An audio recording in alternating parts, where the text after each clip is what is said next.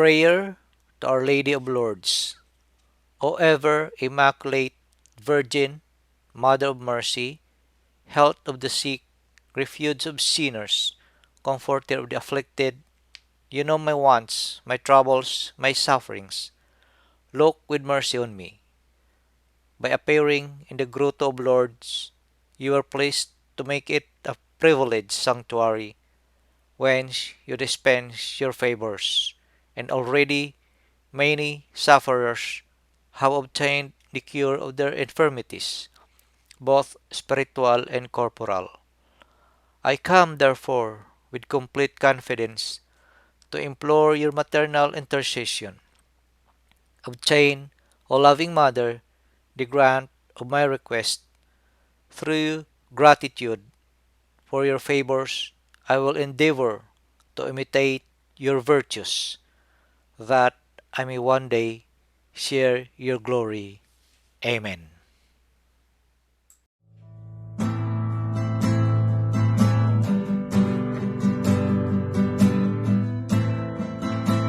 Sing hallelujah to the Lord, and sing hallelujah to the Lord, and sing hallelujah, sing hallelujah, sing hallelujah to the Lord. And sing hallelujah to the Lord. And sing hallelujah to the Lord. And sing hallelujah, sing hallelujah, sing hallelujah to the Lord.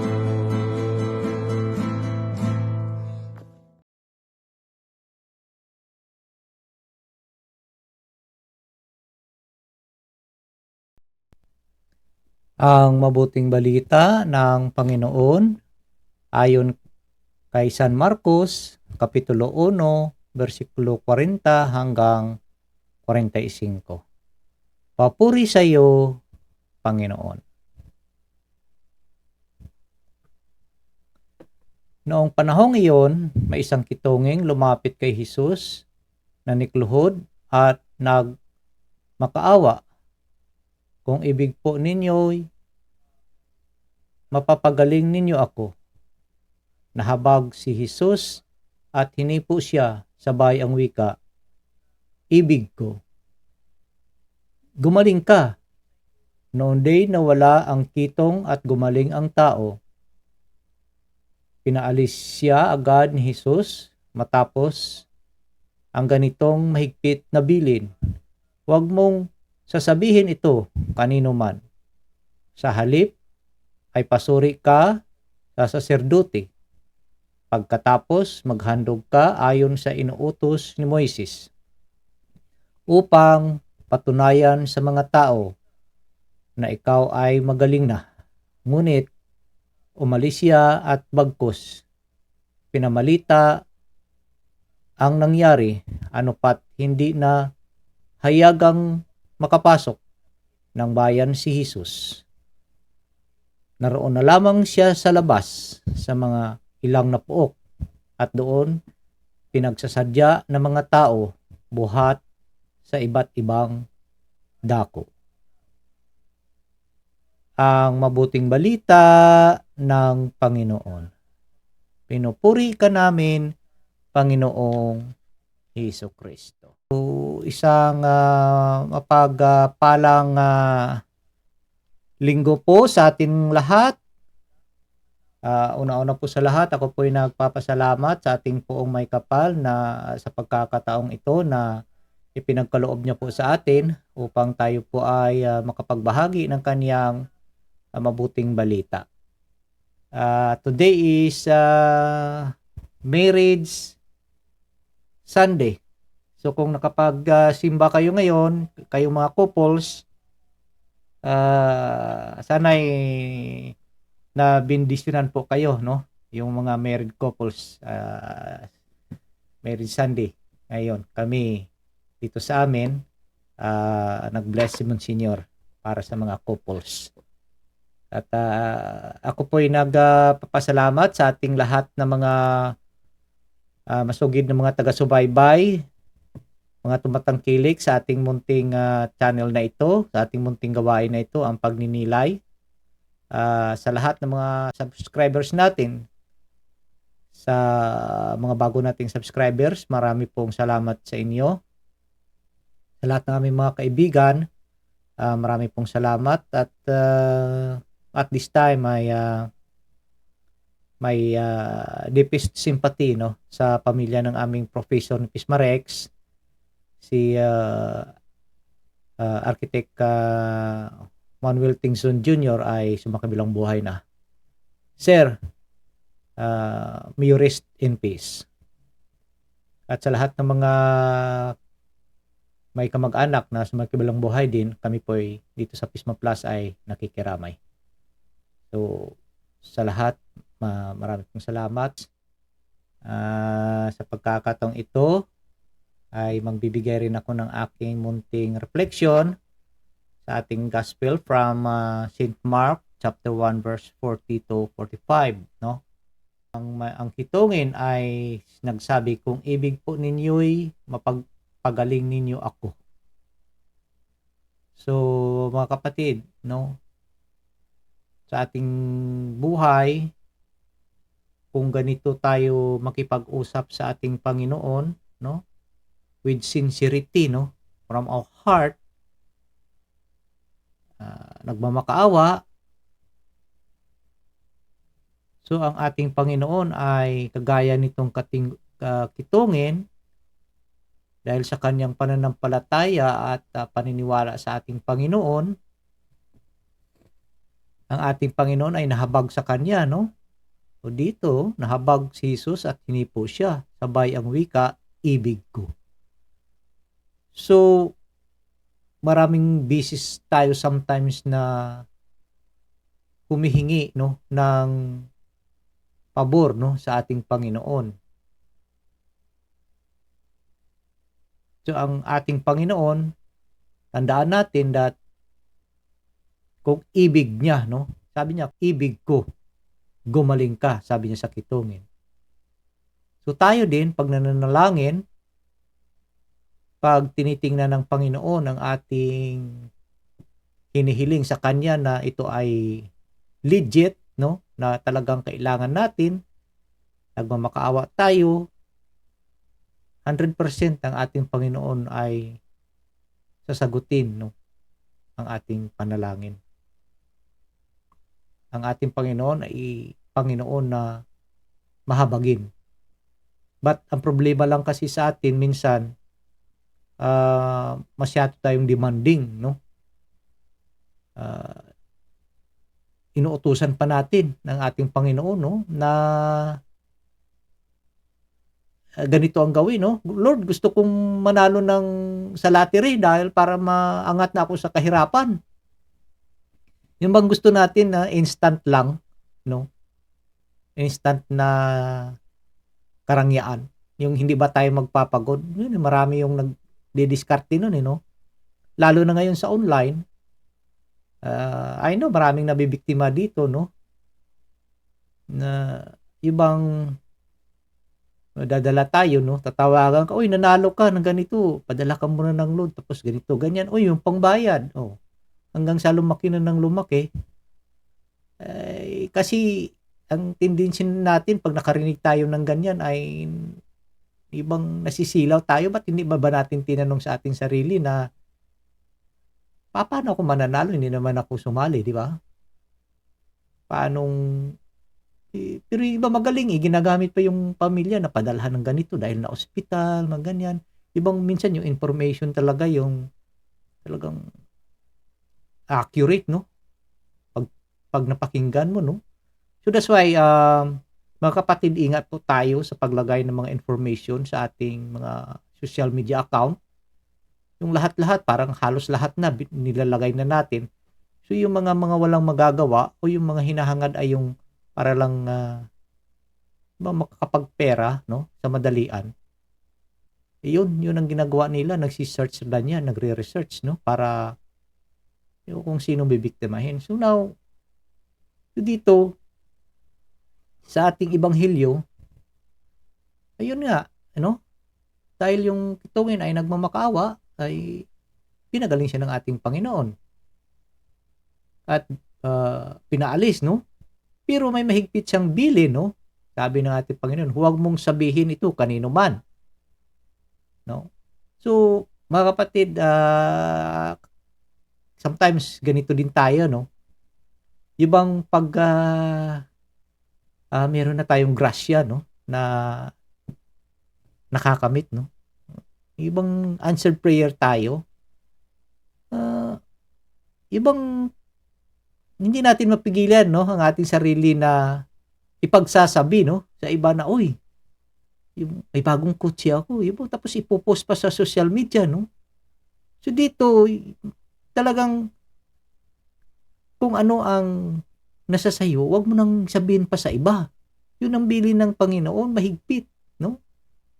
Wag natin ipakalandakan yung mga achievement natin na ganito tayo, ganyan tayo, no? Dito natin makukuha yung mensahe ng ating Panginoon na ibang manatiling mapapagkumbaba at ibang simple lang, no?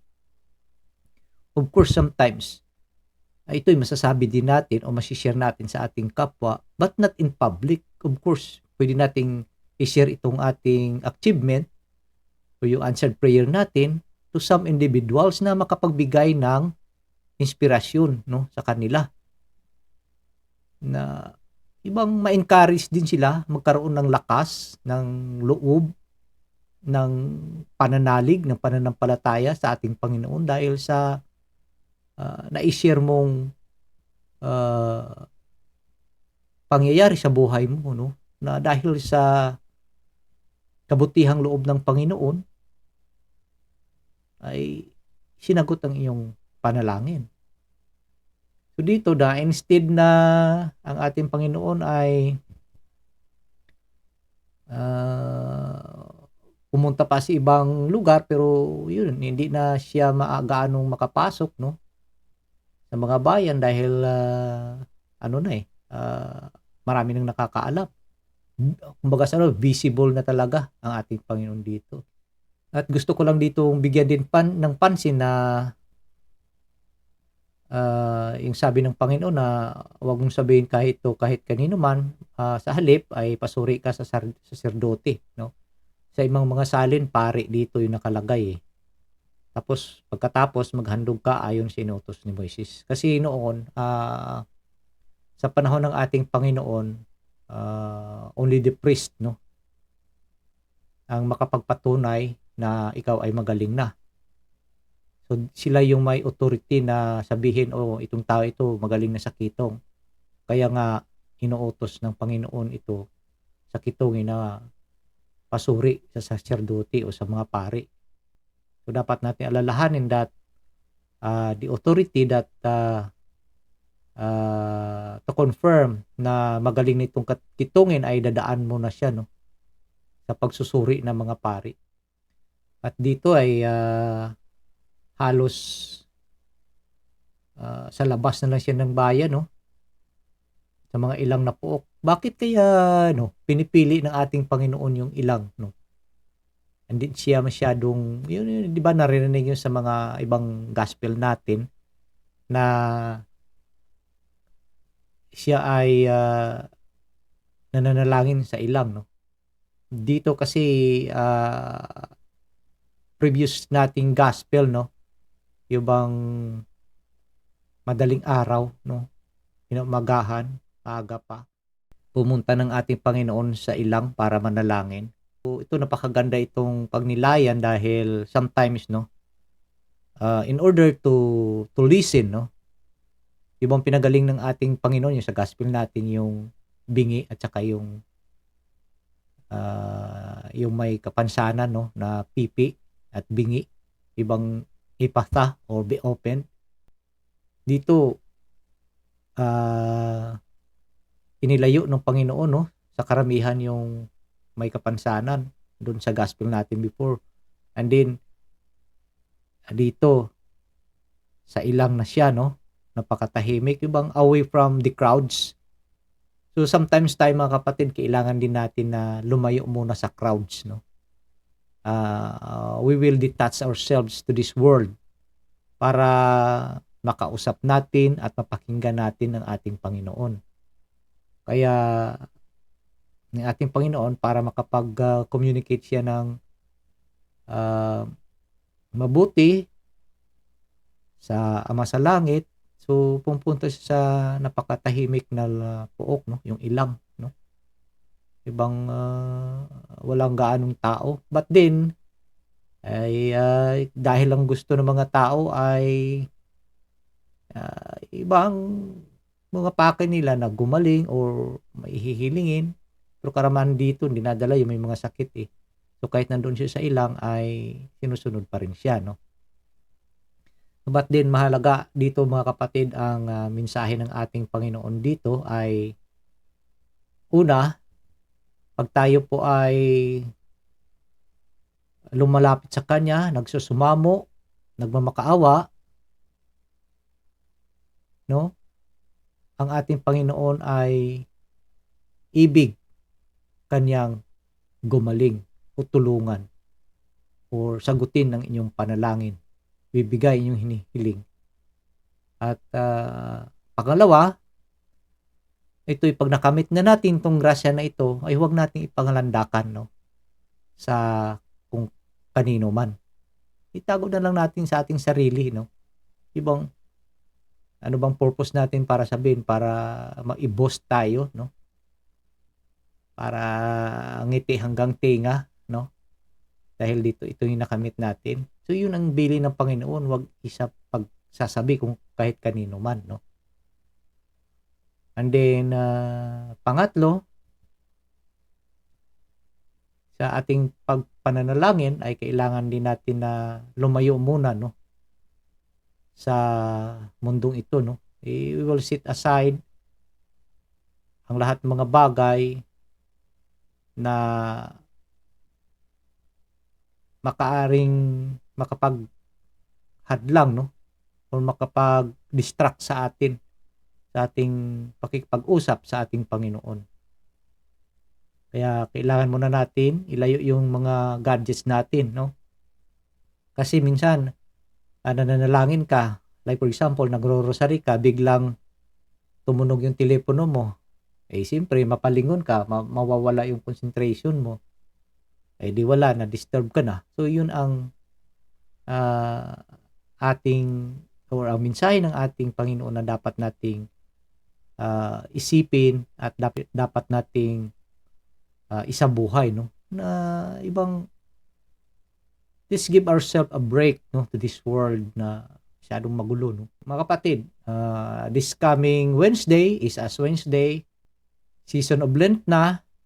Sana naway mayroon tayong pagkakataon na makapag-kumpisal, makapag-receive, no, sa ating Panginoon. And itong season na ito, yung kung anong mga bagay na pwede nating sacrifice, no, ay sacrifice natin, no. I-limit natin kung maaari yung paggamit ng ating mga gadgets. We will focus on praying. Sabi dito, almsgiving, mga ganon. Sacrifice tayo, no? Yung importante dito yung panalangin, no? Ito yung mga panahon na yung bang lilinisin natin ating sarili at patitibayin yung ating relasyon, no? Ating pagkitungo sa ating Panginoon. At inihilingi ko rin na tayo pong lahat ay manalangin dahil dito sa amin ay pinupost yung